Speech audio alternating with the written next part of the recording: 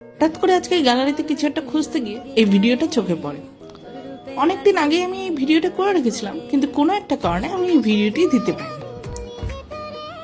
প্রথমে কড়াইয়ে সামান্য পরিমাণ তেল ঢেলে নিচ্ছি এবং তাতে পেঁয়াজ কুচিগুলো দিয়ে দিচ্ছি।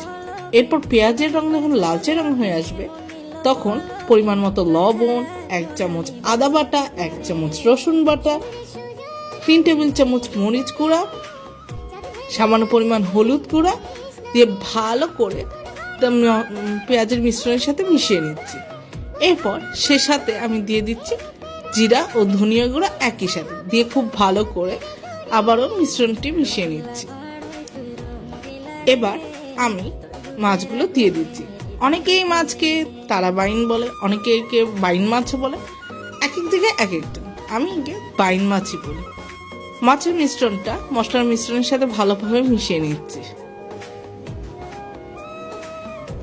এবার 3 টেবিল চামচ পেঁয়াজ বাটা দিয়ে দিচ্ছি। আবারও ভালো করে মাছটাকে ফুটতে দিচ্ছি। এবার একটু সামান্য পরিমাণ পানি দিয়ে তা ভালো করে আবারও কিছুক্ষণের জন্য ফুটিয়ে নিচ্ছি। এরপর তা গরম গরম এভাবে পরিবেশন করব। এই ছিল আজকের ভিডিও। যদি ভিডিও ভালো লাগে থাকে তাহলে আমাদের ইউটিউব চ্যানেলকে সাবস্ক্রাইব করবেন ও ফেসবুক পেজকে ফলো দিয়ে পাশে থাকবেন।